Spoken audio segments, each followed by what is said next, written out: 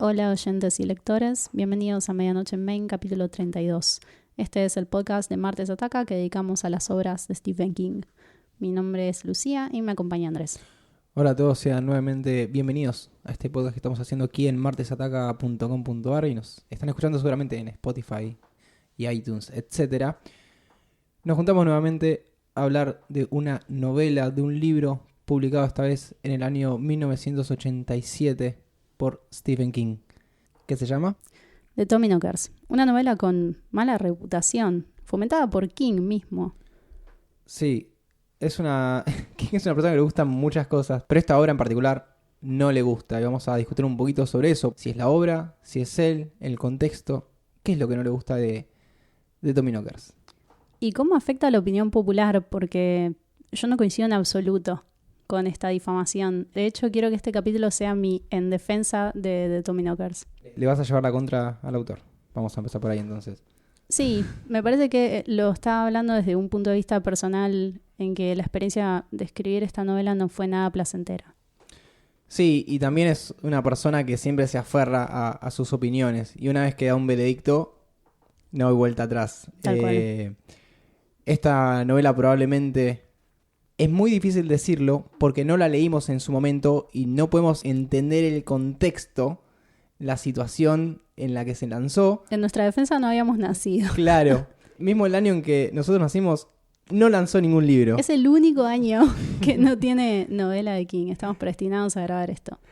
Pero tal vez es una obra que con el tiempo mejoró, así estando solita, maduró y los que la leemos ahora la disfrutamos mucho más de lo que la disfrutó él al escribirla y algunos lectores al leerla. Estás en los diciendo 80s. que el tiempo le dio la razón.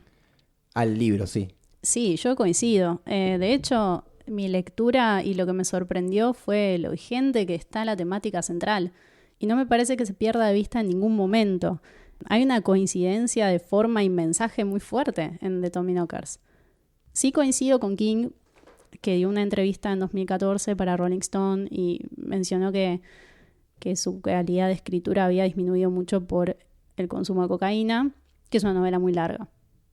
Le hubiera venido bien un recorte, no sé si necesariamente una novela de 350 páginas como dice él, pero le sobran 200. Ponele que Sí. lo podemos redondear en unas 500 porque siempre se le da un espacio al divague y a que se extienda.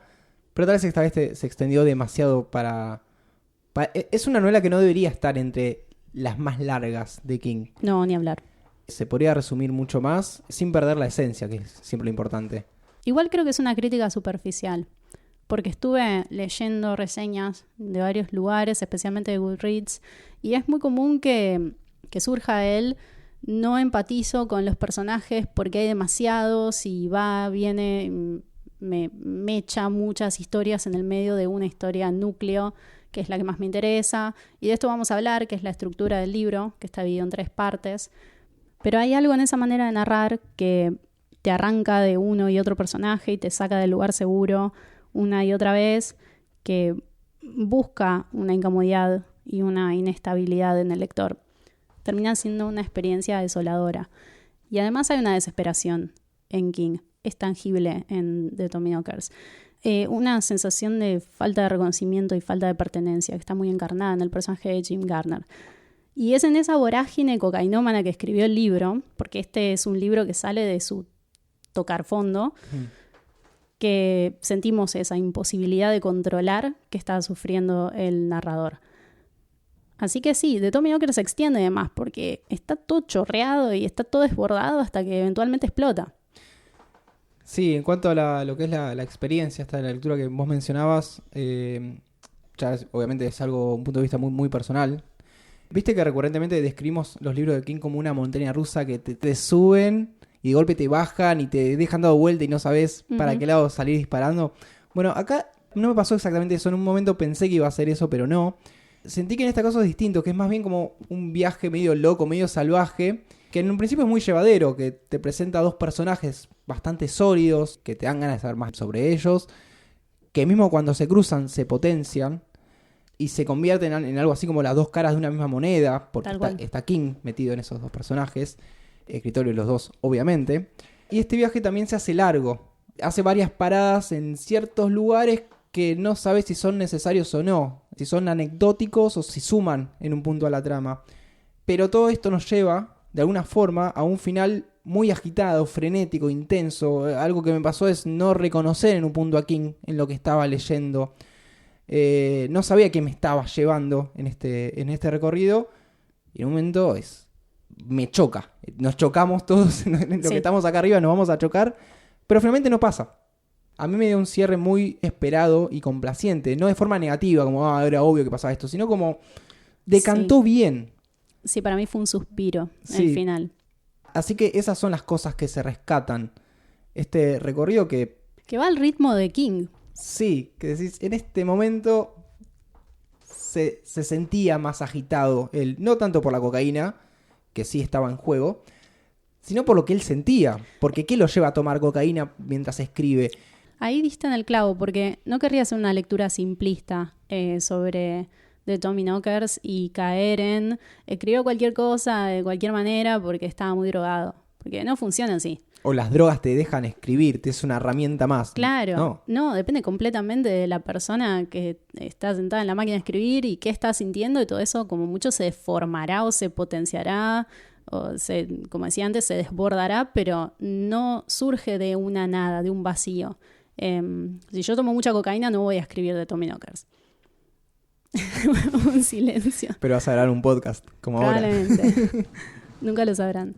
Entonces, creo que hay que pensarlo desde todo eso que sentimos como lectores. O sea, ¿por qué a nosotros se nos trasladan estos sentimientos? ¿De dónde salen y con qué tienen que ver hoy? Que es lo más impactante para mí de The Tommyknockers. Está sumamente vigente y se trasladan esas obsesiones a otras áreas con las que estamos viviendo muy en lo cotidiano. Y creo que vamos a hacer bastante hincapié en esto.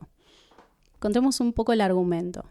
La historia se centra inicialmente en Roberta Anderson, más conocida como Bobby, una escritora con cierto éxito y prestigio que vive recluida en un pueblo llamado Haven.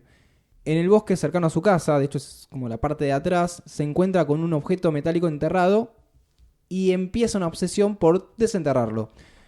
Por otro lado tenemos a Jim Gardner, poeta y muy amigo de Bobby, que viaja a Haven porque siente que ella está en problemas. Esto sucede antes de que él se intente suicidar debido a que, entre su alcoholismo, su verborragia y violencia, siente que está en un punto muy miserable de su vida.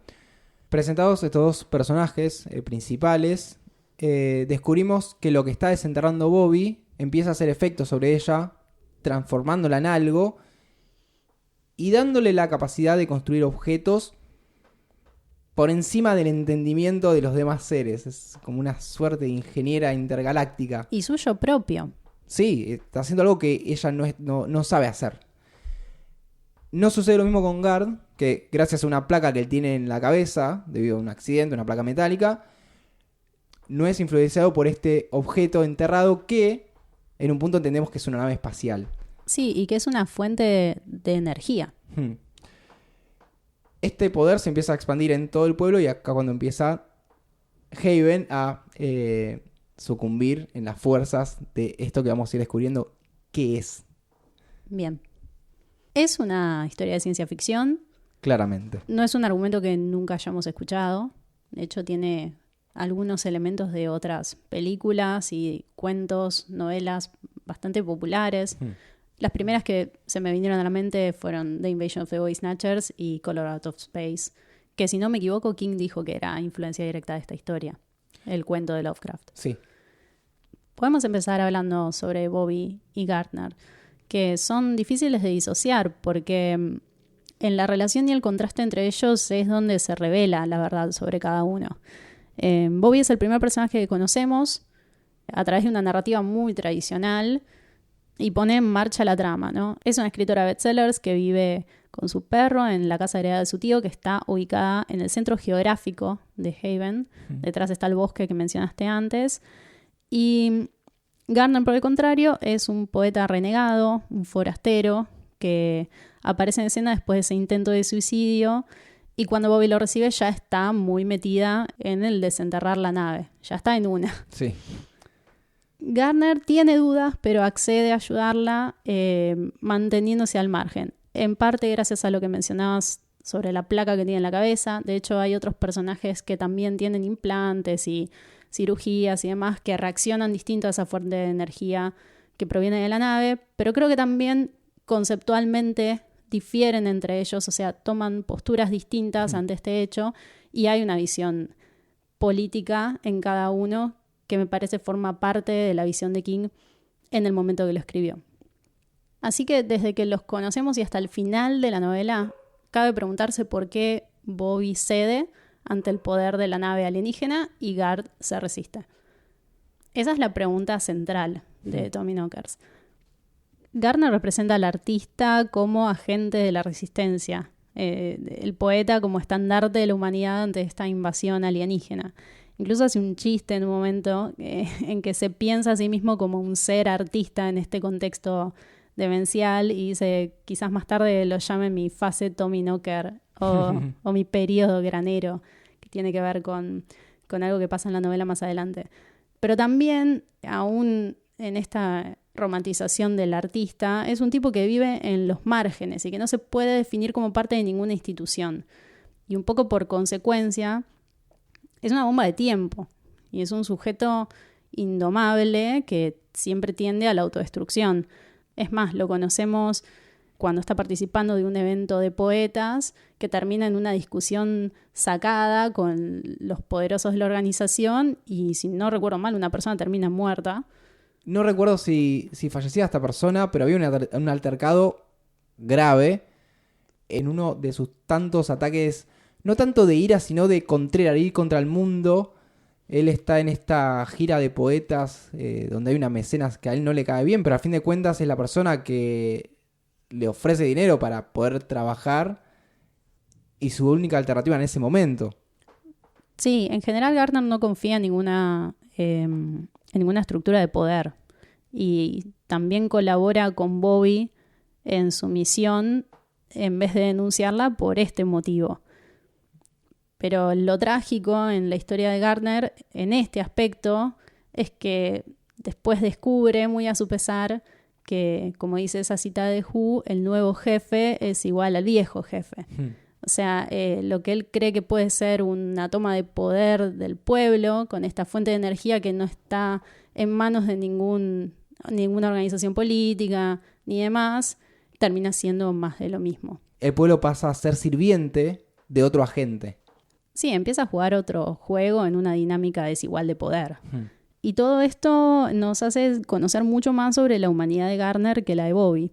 Pero por contraste deducimos que ella es más exitosa, más estable, también es respetada dentro de su comunidad. Sí. Y a mí me llevó a preguntarme si es por eso que ella cede ante el poder de los Tommy Knockers. Porque a diferencia del forastero o del outsider, esta palabra que ya sobre la que hablamos mucho cuando grabamos The Outsider, que en este caso es Guard, Bobby institucionalizó su oficio y se integró un sistema, se integró al pueblo, a la editorial, al mercado, y en cierto modo se conformó. Entonces nos lleva a pensar si ahí radica la diferencia entre dos artistas que se dedican al mismo oficio.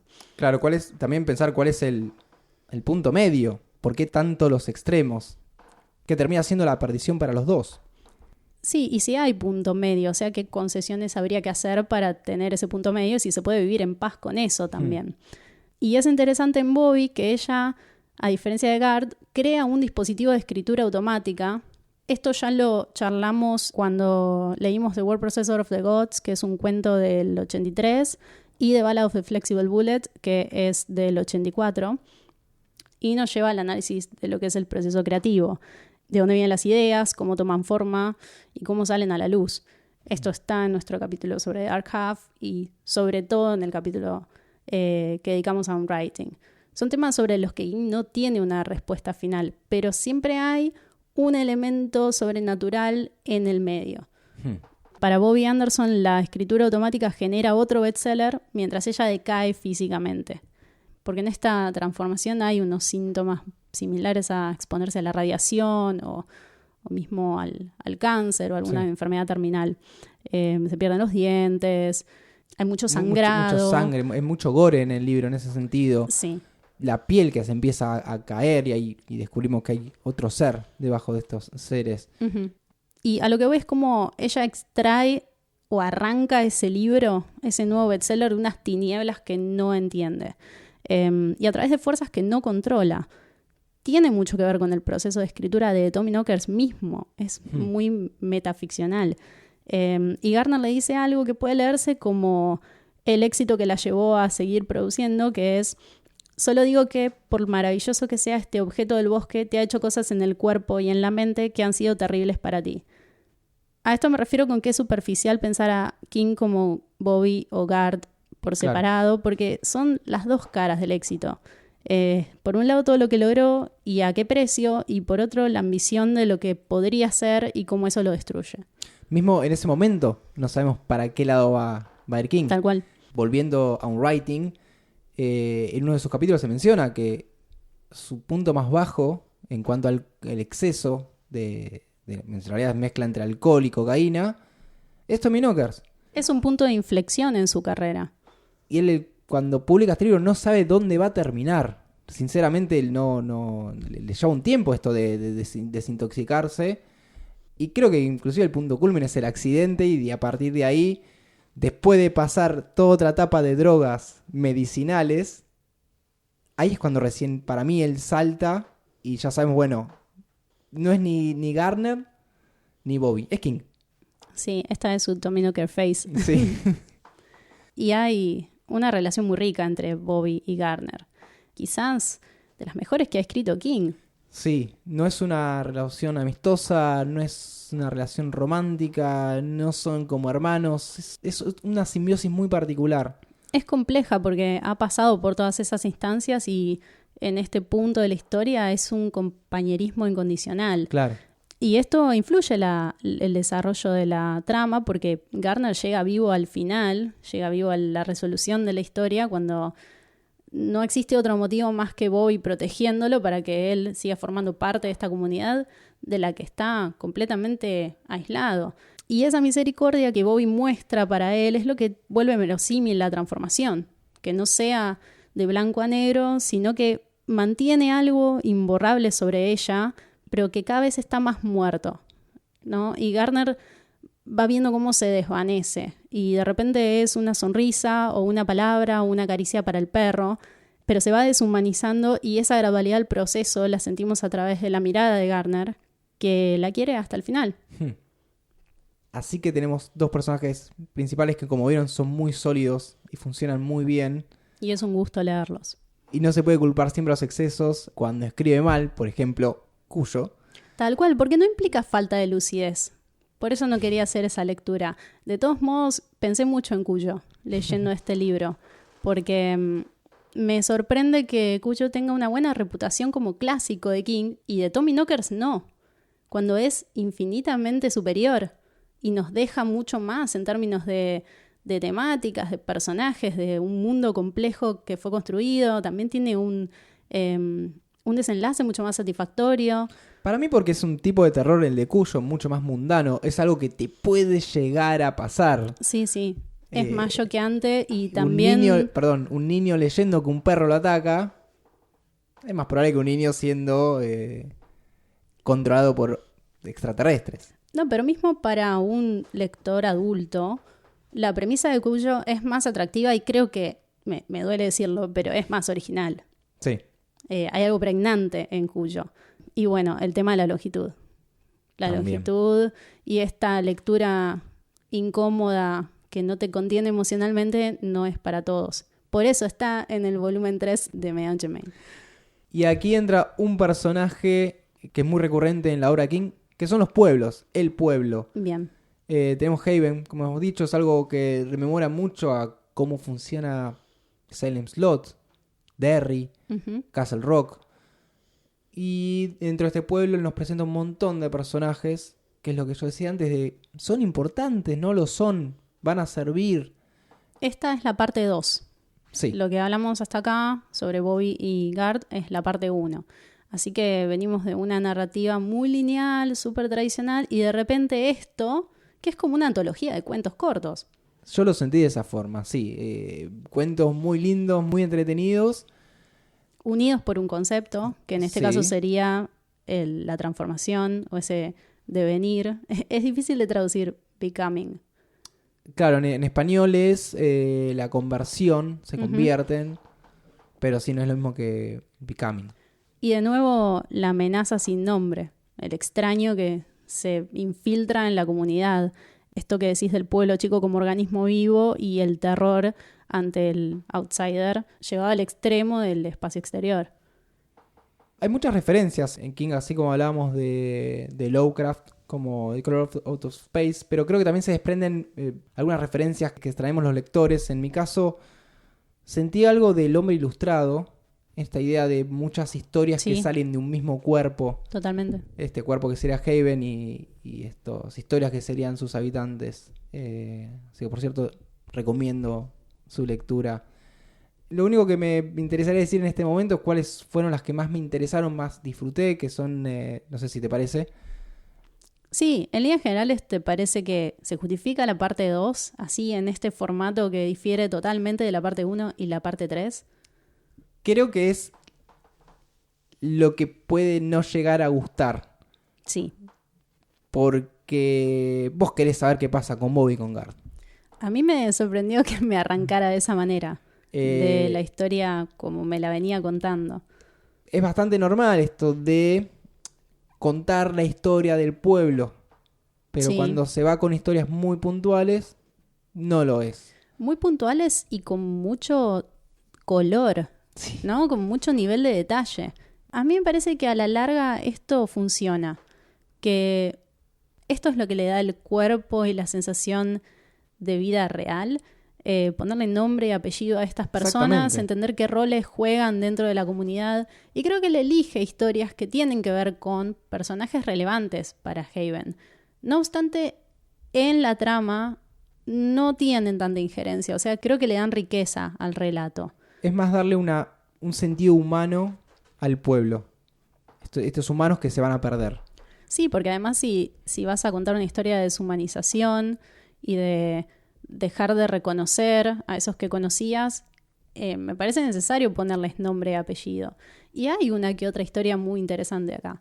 Sobre todo me parece que subraya otra vez que King es un gran narrador de cuentos cortos y muchos de estos funcionarían fuera de Tommyknockers. Podría ser un tipo de narración transmedia que sea anexa a la novela y tal vez no necesariamente injerta de este modo.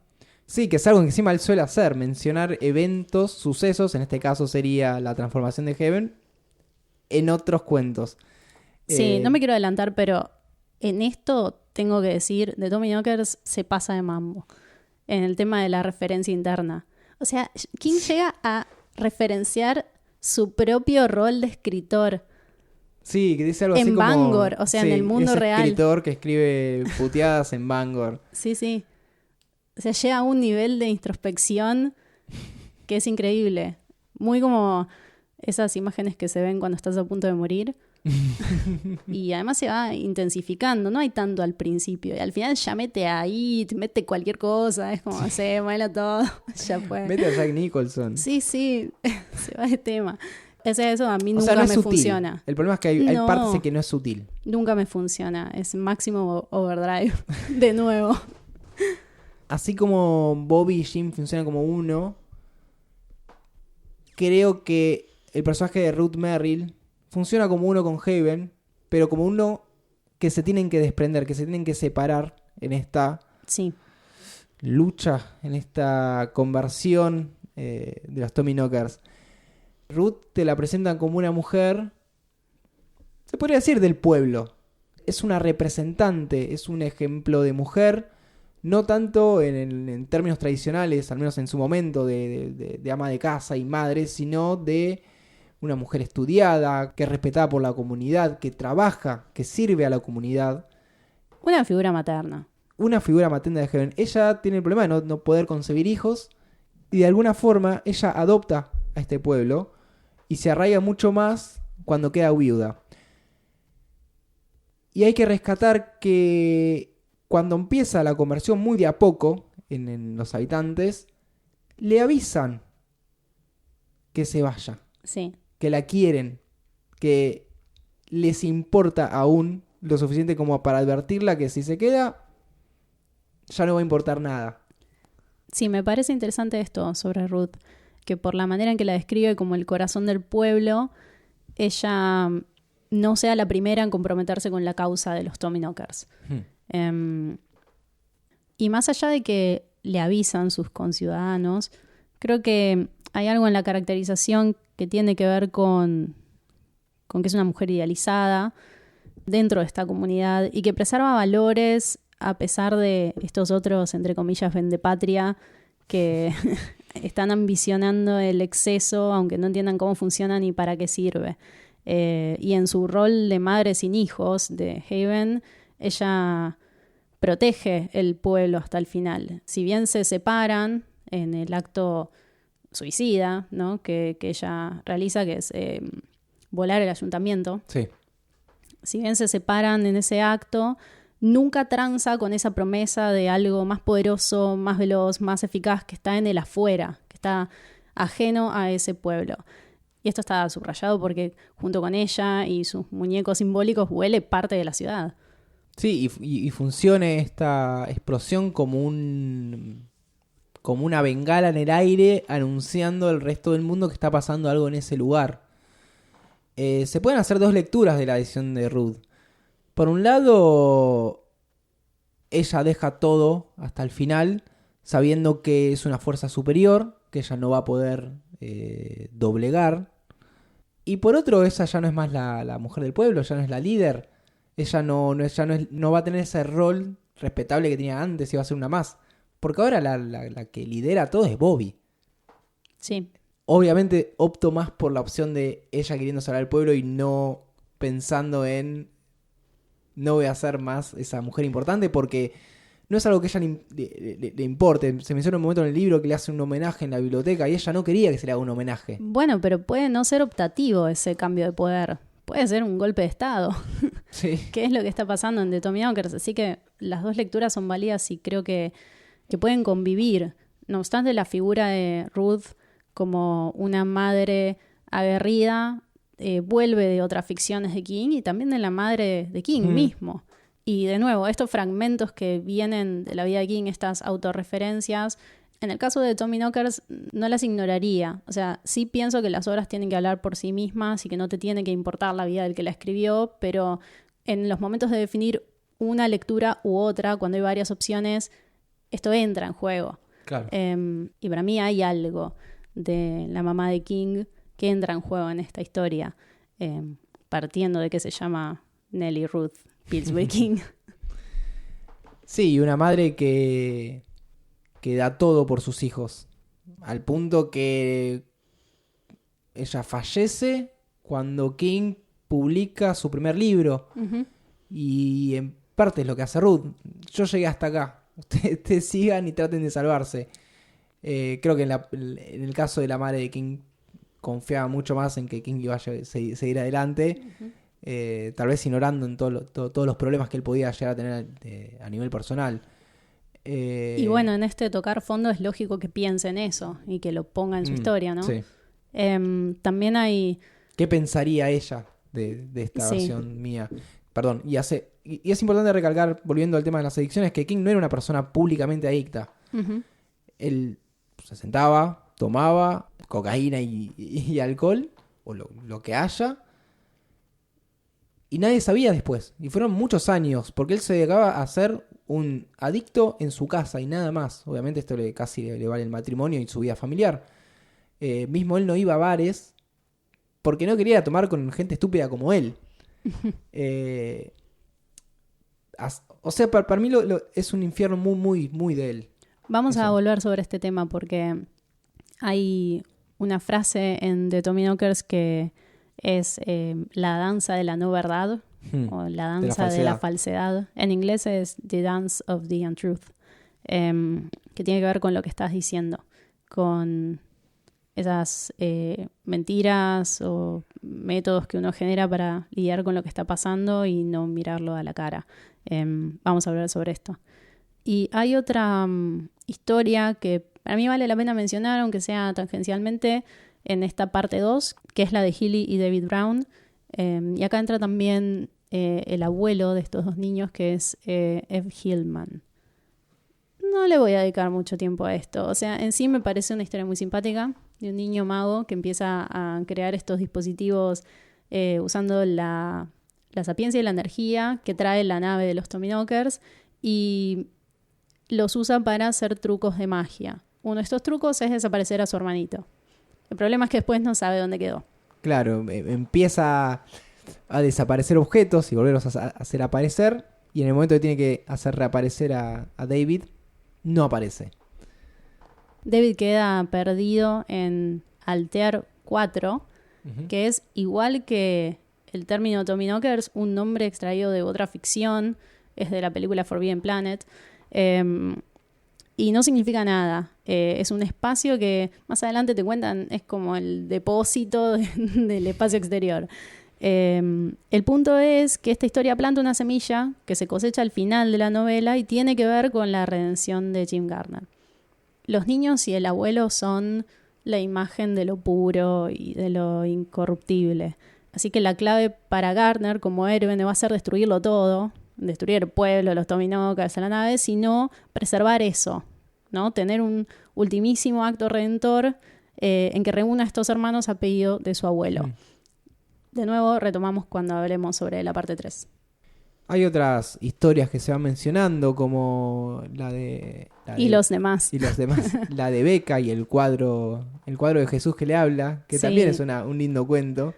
Me gusta lo que sucede, pero no me banco a ningún personaje de esta historia. O sea, me costó mucho leerla porque son todos desagradables. Es como una novela... ¿Cómo se llama? Tiene un culebrón intergaláctico. No, aparte todos estereotípicos, trazo grueso, un espanto. Creo que es la primera, ¿no? Después de la que cuenta la historia de Haven. No, la primera es el pueblo. Claro. Y creo que sigue esta. Sí. Sí, porque cuando habla de Ruth ya menciona a Becca.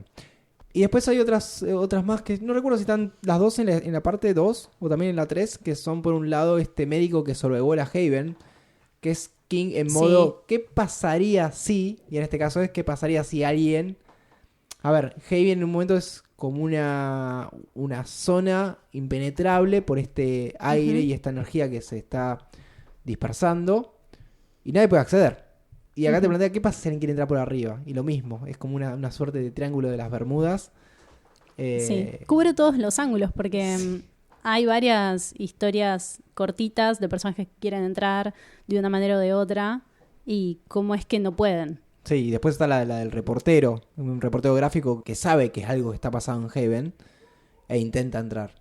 Sí, y ahí está la máquina asesina de coca. Sí. Que es muy similar a Maximum Overdrive, que está la máquina... A la película. A la película. Claro, la película es Maximum Overdrive, no el cuento es Trax. Esta máquina expendedora de gaseosa que ataca. Y también hay una máquina expendedora de dinero, si no me confundo. Hay una aspiradora, un lavarropas. Bueno, todos estos dispositivos están intervenidos. De la misma manera que Bob interviene en la máquina de escribir, todos en el pueblo están interviniendo otros objetos con tecnologías disparatadas. Que tienen en común, que usan muchas baterías. Usan corriente continua. Sí. Que es la energía que dan las pilas, las baterías. La menos ecológica. Que no es lo mismo que la corriente alterna, que es la que está en los enchufes. Claro. Hay una discusión de Gard diciéndole por qué no usaron transformadores en vez de usar pilas. Porque en un momento el pueblo entero quiere conseguir muchas baterías y pilas sin llamar la atención del exterior. Y el chiste era por qué no inventaron un transformador que básicamente, no sé, cuando cargamos la computadora nuestra, el transformador lo que hace es eso, pasar energía 220 alterna, no sé, 50 continua. Y la respuesta era, porque no se nos ocurrió. Es como que tenemos esta sapiencia, pero no somos tan vivos. Sí, eso me hizo reír. Sí. Me pareció ocurrente. ¿Algo más que recuerdas? A mí me gustaba ese cuento del sujeto que se quería vengar de otro que le hacía trampa jugando al póker, no sé qué, y usaba una radio para abrir un portal que lo succiona a la nada, no sabemos, o sea, en teoría... ¿No lo lleva también al Ter 4? No, porque lo que te cuentan en esa parte es que lo que debería haber pasado con David Brown es que se desintegre, que nunca llegue corpóreo a otro lugar y quede ahí perdido. Lo que pasa es que Healy lo hizo mal, porque es un niño. Lo que le pasa a este tipo es que se vuelve partículas, y me da risa que cuando se cierra el agujero, corta por la mitad de una silla del bar en el que estaban peleando, y están todos tan cegados con todo este proceso de transformación que el dueño del bar le dice, me vas a pagar la silla. Tiene como estos atisbos de humor negro muy extraños. Y ahí tal vez nos estamos yendo un poco por las ramas, como haría King. También hay una mención sobre cómo empieza a funcionar el dinero en Haven, que en realidad no importa tanto la plata. Ellos trabajan las cosas las hacen de forma automática, lo hacen por hacer. Y si en caso de necesitar plata para el mundo exterior, para ir a comprar pilas, está por ahí tirada en un depósito, van y ya. Pero no te está yendo por las ramas, porque tiene que ver con lo que yo quería hablar sobre esa danza de la no verdad. ¿Estás preparado para hablar de esto? Sí, obvio. Voy a citar una frase creo que es el libro 2, no estoy muy segura, que dice: la conversión exigiría muchas mentiras. Esta, la que se decían a ellos mismos, la que insistía en que todos eran igual que antes, era la más importante de todas las mentiras. Ya dijimos y repetimos y subrayamos que es una novela sobre adicciones, pero es importante entender que excede la experiencia personal de King. Que si bien Gardner con su alcoholismo y Bobby con su escritura automática son vehículo de esa historia, también existe la comunidad y este proceso que están atravesando colectivamente hasta convertirse en una mente colmena. Y el tema con The Tommyknockers es que las adicciones sociales se actualizan a lo largo del tiempo.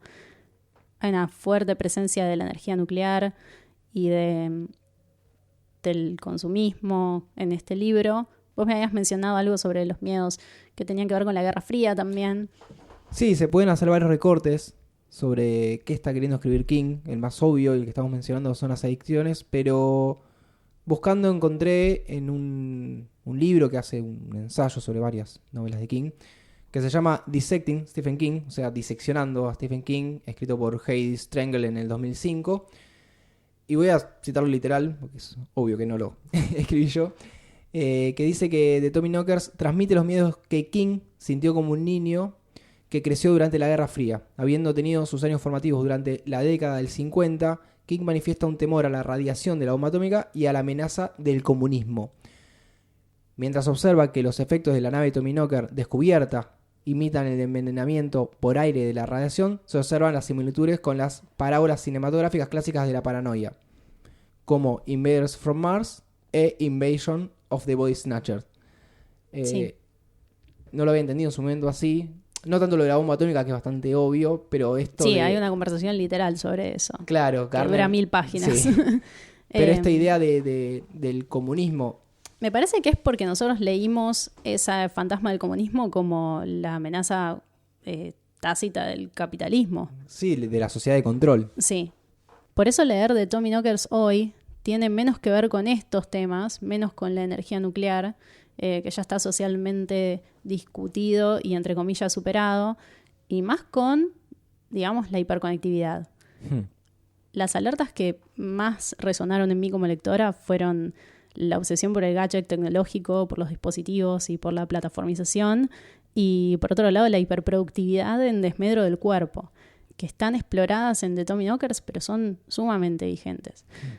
Me provocaron esa desesperación con la que está escrita esta novela, y sobre todo me quitaron las ganas de reírme sobre las ridiculeces o el exceso, la autoindulgencia narrativa de King, porque solo sentí la soledad de Gardner ante la pérdida masiva de individualidad que está contemplando desde el margen y, en consecuencia, la inevitabilidad del final. Esta metáfora de la no verdad, de la falsedad, de la untruth, es fundamental como parte de cualquier adicción. Insistir en que está todo bajo control y que se puede detener cuando uno quiera.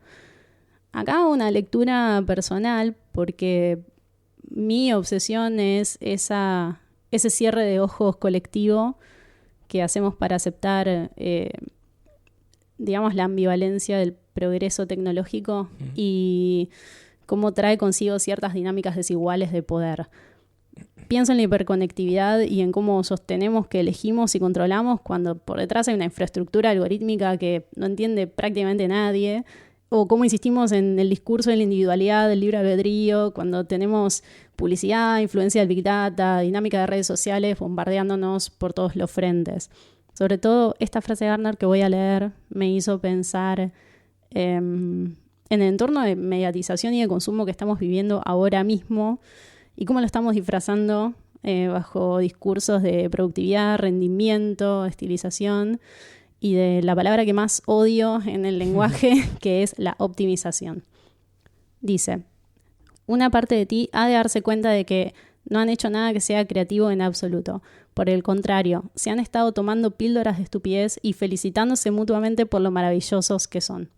Es genial. Sí, para reflexionar, no irónicamente. Sí, es genial cómo trascienden el tiempo. Como Kim podría estar hoy escribiendo sobre lo mismo basándose en algo distinto. Siendo una persona de izquierda, no creo que su miedo hoy sea el comunismo, que es algo que volvió a estar de moda, tenerle miedo al comunismo. Cuando estamos viviendo en un capitalismo que nos vende ciertas libertades cuando está usando ciertas reglas del comunismo. Sí, o una falsa idea de democratización que en realidad está regida por una verticalidad bastante absoluta desde hace muchos años ya. Y esto de Gartner, vos hablabas de la hiperconectividad. Gartner no está conectado a esa malla, a esa red Exacto. gigante. Y hoy no estar conectado a la red es quedar afuera. Y él estaba quedando afuera y por suerte no le interesaba estar adentro. Sí, porque por eso, veía cuáles eran las consecuencias. Sí, por eso lo elegí como concepto principal de lo que quería decir, porque realmente está en The Tommyknockers. Está ahí en la literalidad de esa mente colmena que se genera y de esa Dance of the Untruth.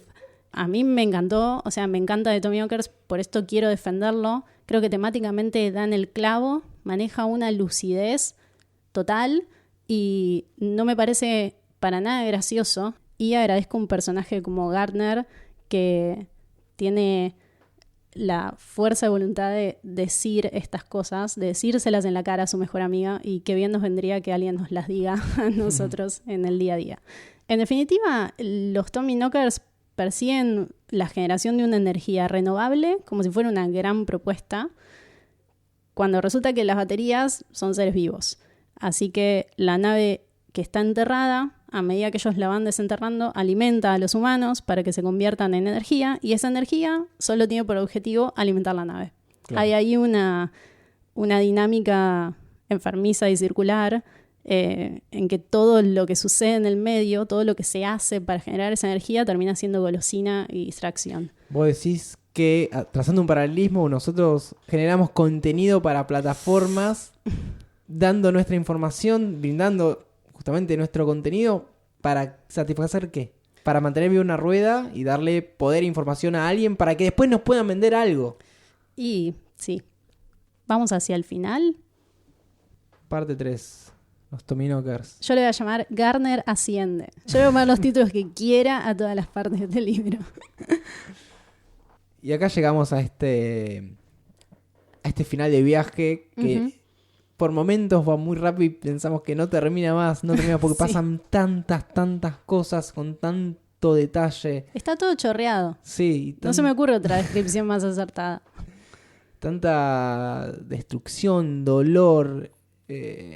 Mucha sangre. Sí. Me parece perfecto. Yo sentí muy crudo el dolor de Gartner, el dolor físico. A mí me daba cansancio, o sea, sentía, uy, qué paja, están cavándose pozos un montón. Y jornadas larguísimas de cavar, porque como está escrito en pies, yo lo leí en inglés, no tenía mucha dimensión del tamaño de lo que estaban desenterrando, pero se entiende que les lleva un montón de tiempo y se van como... desintegrando. Como desgastando físicamente, incluso Gartner. Así que llegamos a este final ya cansados. Me cansó leerlo. A mí me encanta el final de Tommyknockers. Estoy dispuesta a irme a las piñas con cualquiera que diga que este es un mal final. Con un viejo de casi 80 años, por ejemplo. Pero completamente dispuesta. Más que con ninguna. Pienso que le da un cierre a cada aspecto de lo que construyó, que es coherente, es violento, es explosivo, todo lo que podríamos querer.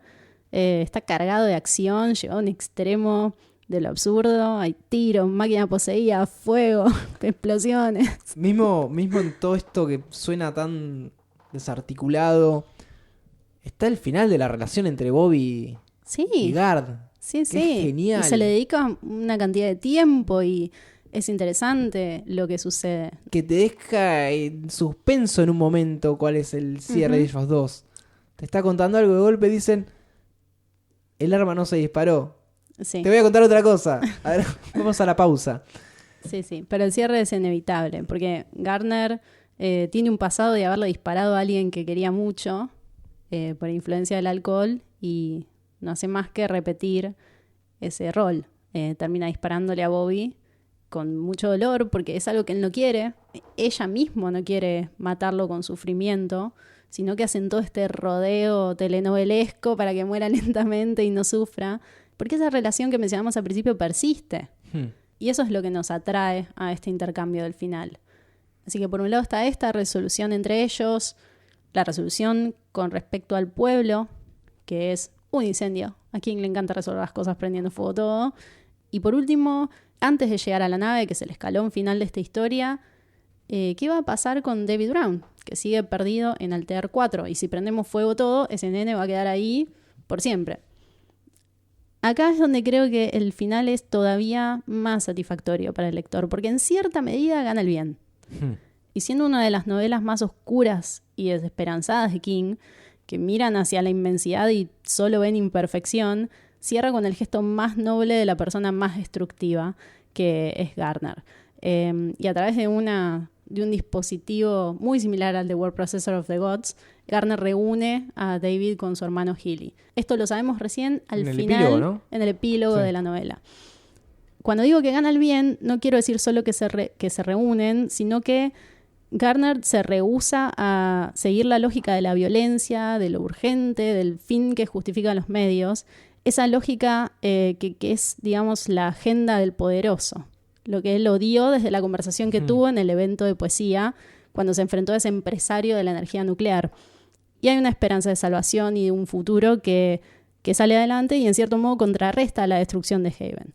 Yo lo siento como una recompensa que nos da The Tommyknockers y no pensé que iba a existir.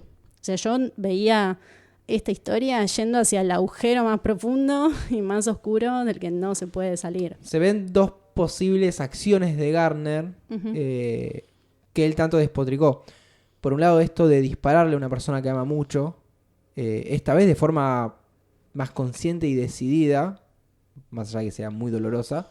Perdón, ese es el acto más oscuro en la vida de Gardner como alcohólico. Nunca se recupera de eso que hizo. Es la mancha en su historia. Y para él, siempre el insulto final es que... Ese es el que le disparó a la mujer. Es el que le disparó a la esposa. Ya ni siquiera importa si fue un accidente, si fue a propósito. O sea, de alguna manera tiene un arma en la mano y le disparó. Es irredimible. Claro. Y por otro, esto de la bomba nuclear. Por mi parte estaba esperando que explote la nave, que en un punto sabemos que es inexplotable, que está hecha de un material que excede a las fuerzas explosivas de nuestra naturaleza. No contamos algo importante, que es que entran a la nave en una instancia anterior a este desenlace. La escotilla. La escotilla. Me hizo pensar mucho en Lost, cuando entra la escotilla. Sí. Cuando entran a esta nave y encuentran a sus habitantes, conductores, tripulantes, que por lo que entiende Gard, se habían peleado, habían discutido a muerte y por eso la nave terminó donde terminó. Sí, y es un impacto para Bobby que no sean las criaturas... Esos seres superiores perfectos que ya había imaginado, porque hasta ahora todo este saber que le llegaba al pueblo asumían que venía de una fuente superior supongo que con algún objetivo místico, y resulta que eran unos brutos que se habían matado a cuchillazos, básicamente. Así que bien, la nave no explota, como vos pensabas, sino que Gardner llega hasta la nave y la pilotea. Sí, y King usando un recurso del cual es habitué, que es anticiparte que esto va a pasar. Sí. Narrándote la nave volando, pero bueno, no sabiendo quién está adentro de esa nave, si es guard, si es alguien, si es agente del pueblo. O nadie. O si son los mismos tripulantes que... Yo entiendo que no están todos muertos, que pueden que estén hibernando. O al menos alguno esté hibernando. Sí, yo había entendido que la nave en sí era un tipo de organismo vivo. Porque es lo que se está alimentando de toda la gente del pueblo. A mí me emociona. Me emociona que Gardner muera en una nave en el espacio exterior. Porque el único arco razonable para él, desde el principio, cuando decide no suicidarse, es redimirse y morir. Sí. Y pienso que tiene un final a la altura de su heroísmo y de su autodestrucción por igual. La imagen mental con que muere le da por fin un sentido de pertenencia. Esto que decíamos, el borracho fracasado que le disparó en la cara a la esposa y nunca pudo salir de su miseria, también es el mejor amigo de Bobby hasta el final. Y su lugar está con ella, en su casa, en Haven, con su perro, hablando. Me parece hermoso y uno de los mejores finales de King, por cierto. Ojo, lo dijo. Creo que está subestimado. Inclusive el epílogo. Porque también, muchas veces King... Sí, te chanflea una cosa y decís, ay, por favor, sáquenle la máquina de escribir. En serio, pienso que es muy poético y muy bello. Y me recuerda al cierre de It. No hay mucha diferencia entre Bill Denbrough en la bicicleta y Jim Garner en la nave espacial. Dos humanos atormentados por fuerzas que los exceden, que se anclan a su humanidad más profunda y se liberan. Y además, tiene una frase como la que voy a leer a continuación. Mientras, la nave continuaba pariéndose a sí misma desde el vientre que la había retenido durante tanto tiempo. Continuó saliendo hasta que cubrió todo el cielo y renació. Hermoso. Sí. Recomiendo plenamente esta novela. Por mi parte también es muy recomendable al menos darle una lectura, una posibilidad a The Tommyknockers. Creo que sí, vale la pena. Obviamente se va a hacer largo en un punto. Obviamente están esas mesetas. Paciencia. Pero... No todo es satisfacción inmediata. Ni siquiera en el universo King. Este podcast tiene puesta la camiseta de Tommyknockers. Voy a decir una última cosa que es algo que no hacemos nunca, o creo que no es habitual, y es citar una reseña. Porque me sorprendió mucho. Yo cada tanto leo un blog que se llama The Great Stephen King Reread.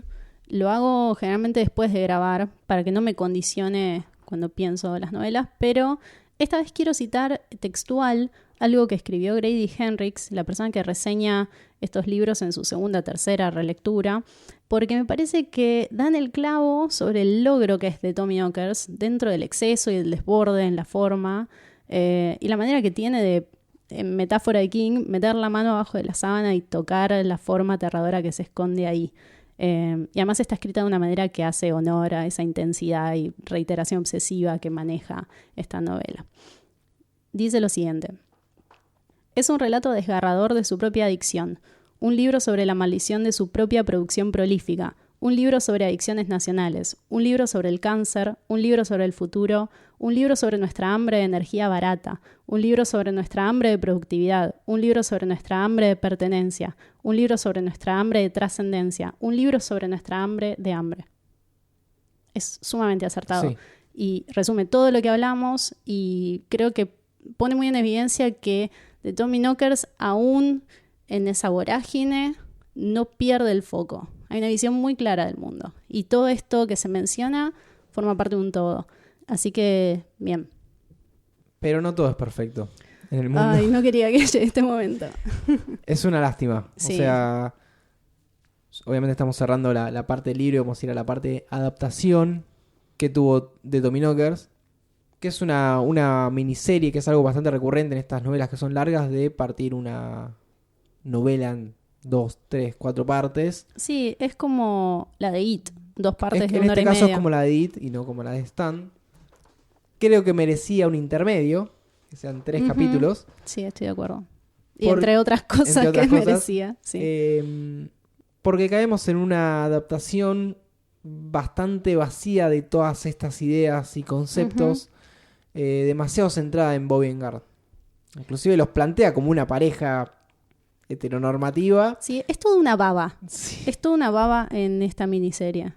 Y me da pena porque cuando vimos la primera mitad dijimos, esto puede haber algo ahí. Y después se cae estrepitosamente. Estéticamente tiene... está bien, o sea, se nota que Sí, está es ok. de recursos limitados, pero hay un tema ahí de trama que no está bien. No, Que está mal, está mal adaptada. Creo que ni a King le gustó esta adaptación porque, como todos sabemos, cuando a él le tocas el espíritu, está todo mal. Sí, bueno, igual hay el espíritu y el espíritu. No sí. la recomendamos ver, ni siquiera para... Ni siquiera es de esas adaptaciones que son tan malas que dan ganas de verlas. No, Esta es por eso, insulsa. total, esa es la palabra, es insulsa.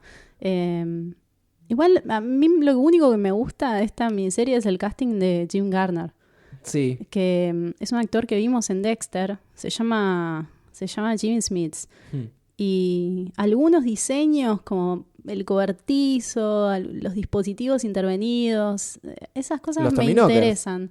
Sí, los Tommy Knockers mismo están bastante ok. Pero pasa que a todo le meten una luz verde espantosa. Hay una música de telenovela súper berreta. Sí, y cómo se vacían los... No sabemos Eso, nada de ellos. eso mismo, No sabemos como- nada. Como cada vez está peor actuadas las historias de personajes secundarios. Cada Sí, vez son... Ruth es un híbrido de como 3-4 Sí. personajes. Se pueden rescatar algunas que otras secuencias, como ella siendo atacada por los muñecos. No hay explosión del pueblo. Siempre es de día en esta miniserie. Siempre es de día. Dios. Solo es el día y la luz verde, no existe la noche ni nada más. Sí, y el diseño de la nave, como se quisieran alejar de la propuesta de la nave Plato, Sí. que es muy tradicional y muy como de los años 50, supongo. Hicieron como una nave templo, pero después cuando vuela no Tiene es otra el mismo forma. diseño. Sí, una forma que yo no llego a entender Sí. qué es. No, es muy choto. Bobby se salva. Existe Eso es como lo peor. existe como una suerte de...